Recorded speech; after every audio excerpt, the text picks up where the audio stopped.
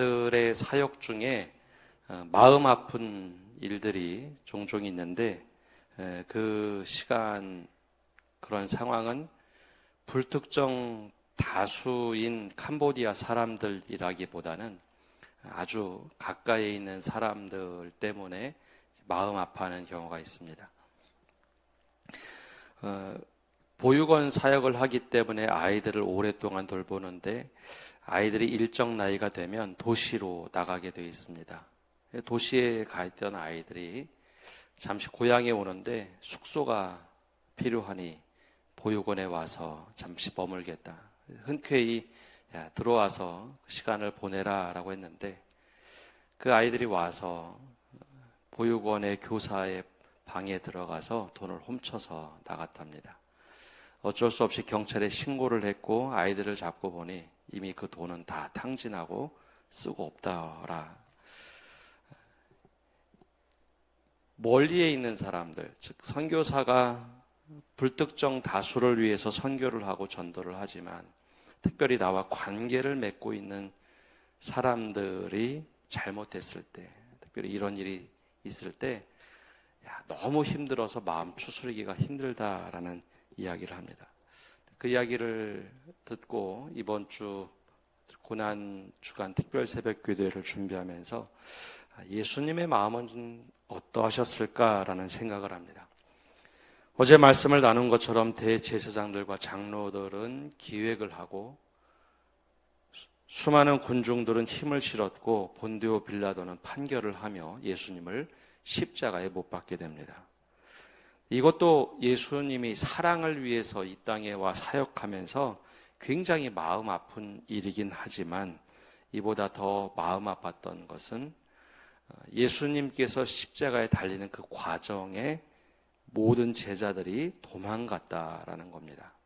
가장 내 옆에서 필요로 하는 순간 옆을 지켜야 할 제자들이 도망간 것이죠.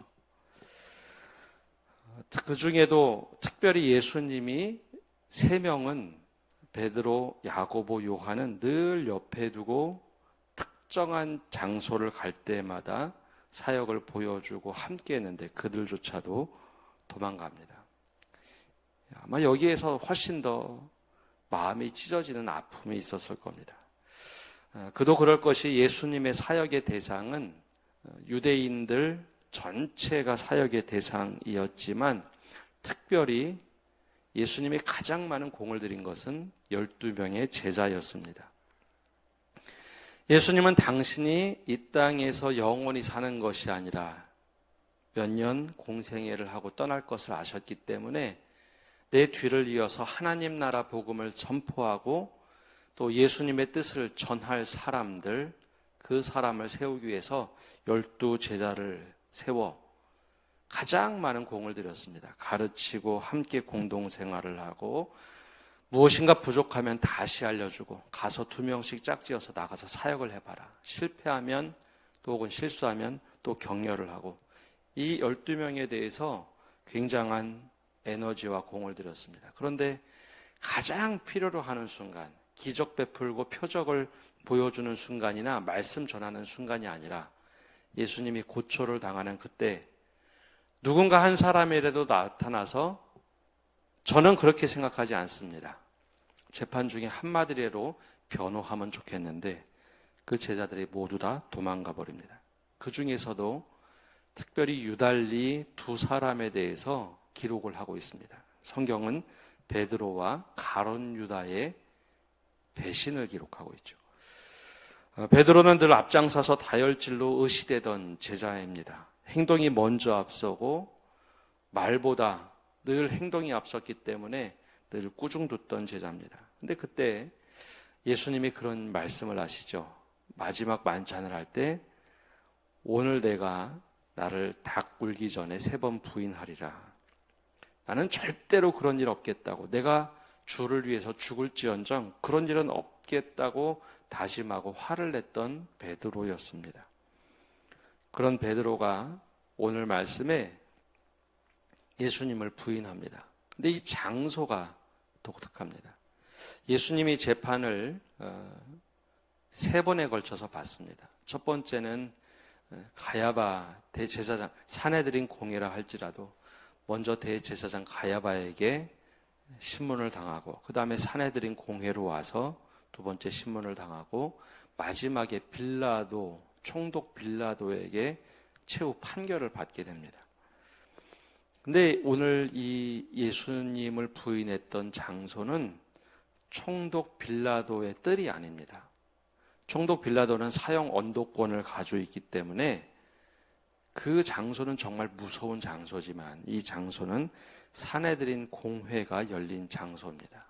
즉 종교적 재판만 할 수 있는 것이죠. 그렇기 때문에 여기서는 종교적 재판이 일어나는 곳이지 사형 언도를 내릴 만큼 그 무시무시한 장소, 또 군대가 진치고 있는 장소가 아닙니다. 덜 위협적이라는 거죠. 근데 그 뜰 앞에서 베드로가 예수님을 3번 부인하죠. 우리가 조금 전에 읽었던 말씀처럼 군인들이 물어본 것이 아니라 여종 하나가 물어보면서 시작이 됩니다. 당신은 저 예수라는 사람과 함께 있던 사람 아닙니까? 처음에는 부인을 합니다. 두 번째 또 다른 여인이 물어봅니다. 갈릴리 출신 맞는 거 보니, 말투도 생김새도 보니 갈릴리 출신 맞는데 저 예수도당 아니냐라고 하자, 이때는 예수님을 아주 심하게 부인하죠. 오히려 나는 그를 알지 못하노라 하면서 더 강하게 부인합니다. 굳이 하지 않아도 되는 말, 나는 맹세코 저를 알지 못한다. 마지막에 또 다른 사람이 물어보자, 그때는 예수님을 저주하기까지 합니다. 예수님을 저주하면서 맹세하고 나는 절대 그 사람을 알지 못하노라. 그때 닭이 울죠. 대단한 위협도 아니고 빌라도 총독의 뜰도 아닌 그곳에서 예수님을 부인합니다. 근데 누가복음에 의하면 예수님과 그때 눈이 마주치죠. 예수님 부인할 때 열려있는 재판장이었기 때문에 예수님과 눈이 마주칩니다. 그때 베드로는 대성통곡을 합니다. 근데 이런 생각 해보셨습니까? 어떻게 복음서에는 베드로의 이 일화가 적혀 있을까라는 겁니다. 굉장히 내밀한 이야기죠. 베드로만 알 수 있는 이야기입니다. 베드로가 3번 부인했다고 하는 것은 베드로가 사람들에게 이야기하지 않으면 알 수 없는 것을 소설이 아닌 이상 본인이 직접 누군가에게 이야기해 주었겠죠. 이 베드로의 이 자세한 내용이 가장 먼저 적힌 것은 마가복음입니다. 마가복음은 마가 공동체, 즉 마가 요한에 의해서 쓰여지거나 혹은 그가 가르쳤던 제자들에 의해서 쓰여진 복음서입니다. 마가라는 사람은 바나바의 조카로 전도 여행을 함께 다녔던 사람입니다. 1차 전도 여행 때 바울과 바나바가 마가 요한을 데리고 다녔는데 1차 전도 여행 때 포기하고 고향으로 돌아가죠. 2차 전도 여행 때 마가 요한을 데리고 가려고 했던 바나바와 바울과 큰 싸움이 벌어집니다. 그래서 바울은 실라를 데려가고 바나바는 요한을 데리고 가죠. 그 바울은 중도에 포기했던 마가 요한을 절대 용납할 수 없다고 했습니다. 그런데 이 바나바는 조카 마가를 데리고 다니며 전도행을 합니다. 그리고 후에 베드로전서를 보면 이 마가는 베드로 밑에서 오랫동안 신앙 교육을 받게 됩니다. 그리고 나중에 베드로와 바울과 함께 만날 때 마가 요한도 함께 만납니다.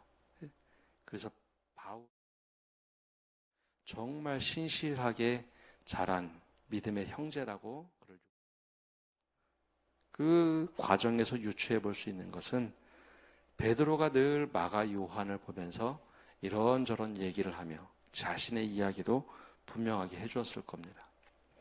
마가 요한은 오랫동안 나는 전도 여행의 실패자라는 낙인이 찍혔던 사람입니다. 근데 베드로가 그런 얘기 안 해줬겠습니까? 야, 나는 너보다 더했다. 나는 너보다 더했다. 마가 요한은 바울에게 크게 꾸지람을 듣고 전도 여행에 실패했던 사람. 근데 베드로는 나는 전도 여행이 아니라 예수님을 부인했던 사람이라고 여러 번 이야기를 해줬을 겁니다. 예수님이 십자가 달릴 때 나는 도망갔고 예수님을 그렇게 부인했다고.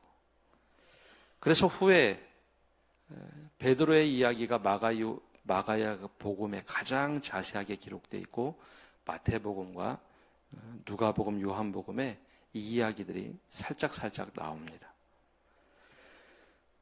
나는 너보다 더한 사람이었다. 근데 예수님께서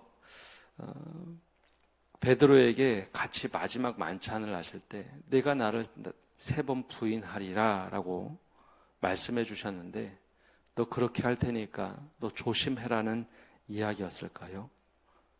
너 나를 3번 부인할 거야. 그 이야기가 그런 일이 있을 테니 조심하라는 이야기였을까요? 그 이야기도 될 수 있겠지만 예수님이 베드로가 어떤 행동을 할지 아셨기 때문에 아마 이런 뉘앙스였을 겁니다. 나는 네가 나를 3번 부인해도 너 포기하지 않을 거다. 나는 너를 포기하지 않을 거다. 베드로가 3번 부인하고 예수님과 눈이 마주쳤을 때 그 이야기가 생각나서 왈칵 눈물이 올라와서 대성통곡을 했다고 했습니다. 그때 예수님이 어떻게 나를 바라보셨는지 그리고 어떤 시각으로 나를 바라보셨는지 깨달았겠죠. 마음의 죄에 대한 깨달음이 있었기 때문에 베드로는 그리고 나서 예수님이 십자가에 못 박혀 죽으신 후에 다시 제자 공동체를 다 불러 모아서 함께합니다. 같이 기도를 하죠. 그때 예수님이 그 자리에 나타나셔서 베드로는 부활하신 예수님을 다시 믿게 됩니다. 그리고 베드로는 그 회개를 통해서 평생 자신이 예수님의 가장 원하시는 사역, 그 사역을 온전히 감당합니다. 전승에 의하면 베드로는 예수님처럼 십자가에 못 박혀 죽어야 할 때 베드로는 그걸 거절합니다. 내 주님이 십자가에 달려 돌아가셨는데 나는 어떻게 똑바로 달려 죽을 수 있을까? 나는 그럴 수 없다고 하며 십자가에 거꾸로 매달려 죽었다라는 전승에 내려져 옵니다.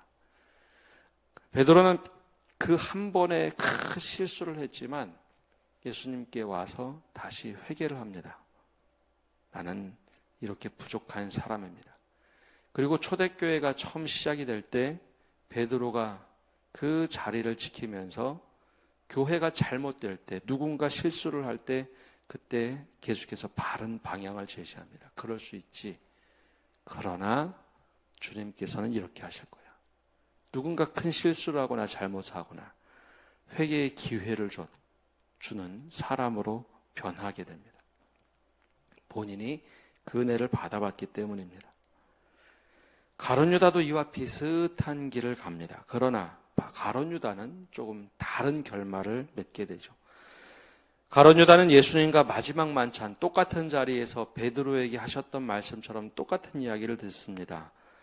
야, 이 중에 나를 팔 자가 있다. 가룟 유다를 탁 지칭해서 말씀하지는 않으셨지만 제자들에게 얘기하죠. 이 중에 나를 팔 자가 있느니라. 그리고 한참 식사를 하던 도중에 이제는 내가 가서 내 일을 하라라고 말씀을 하시죠. 가룟 유다는 자신에게 한 말인 줄 깨닫고 그 자리를 박차고 나가서 은 30을 받고 예수님을 팔게 됩니다. 베드로도 가룟 유다도 예수님께 똑같은 예언의 말씀을 듣습니다. 너는 너의 일을 하라. 그렇게 할 것이다 라는 것이죠. 그리고 오늘 말씀 3절을 보면 가룟 유다는 자신이 얼마나 큰 잘못을 했는지 예수님을 팔고 나서 깨닫습니다. 3절 말씀을 보면 이렇게 돼 있죠. 그때 예수를 판 유다가 그의 정죄됨을 보고, 즉 예수님의 정죄됨을 보고 스스로 뉘우쳐 그 은 30을 대제사장들과 장로들에게 도로 갖다 주며,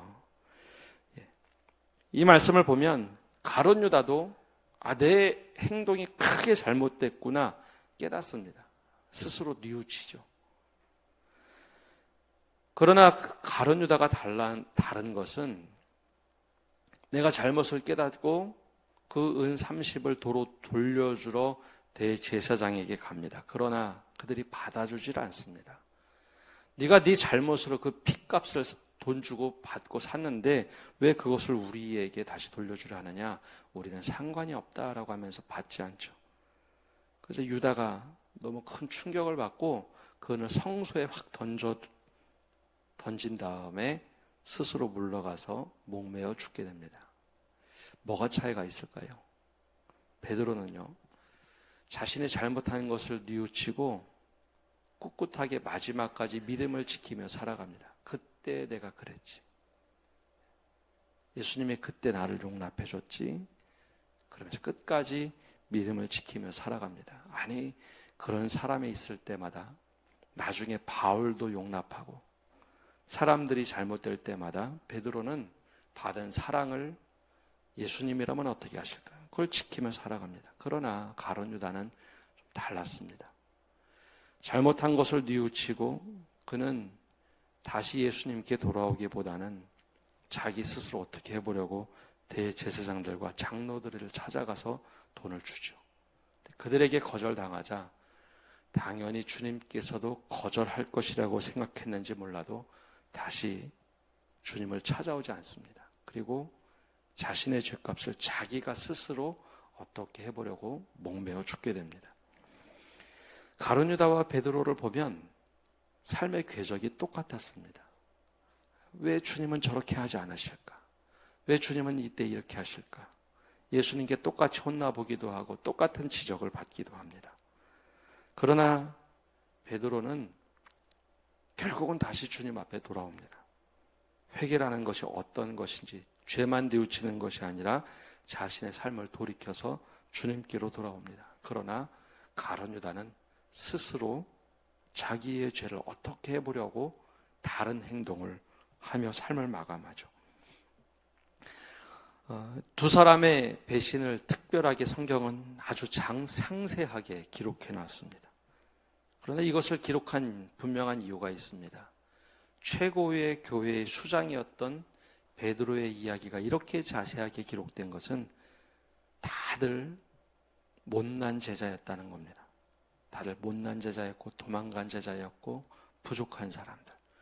그런데 주님의 은혜를 받았던 이 제자들이 펼쳤던 놀라운 일들은 그 사랑을 깨닫고 나서 사랑을 증거하기 시작하자 하나님의 역사가 폭발하는 사도행전 역사로 이루어지고 지금 여기 앉은 우리에게까지 그 은혜의 강이 흘러왔음을 알려주고 있는 겁니다.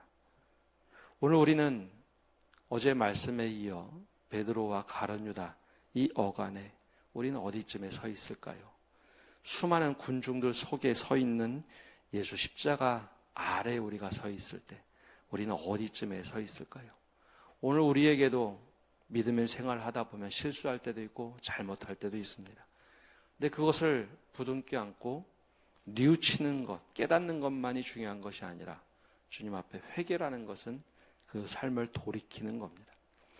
베드로와 가룟 유다 비슷한 것 같지만 큰 차이가 벌어진 이 말씀을 보며 우리는 어디쯤에 서 있을까요?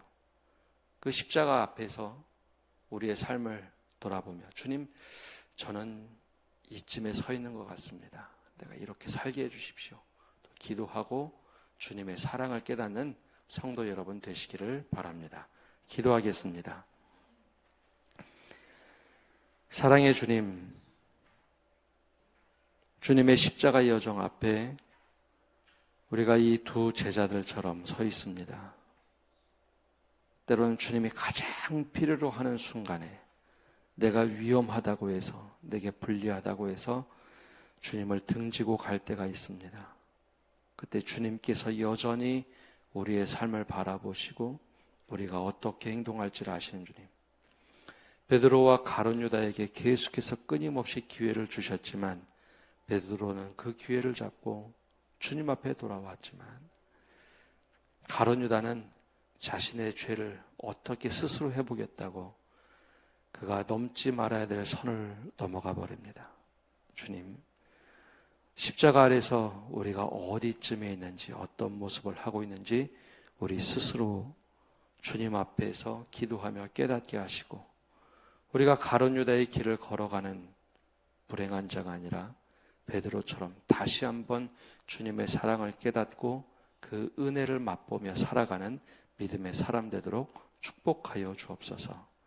이 시간도 주님의 은혜를 구합니다. 주님의 사랑이 여전히 우리의 삶에 녹아져 있음을 보며 주님께로 나아가는 저희 되게 하여 주옵소서.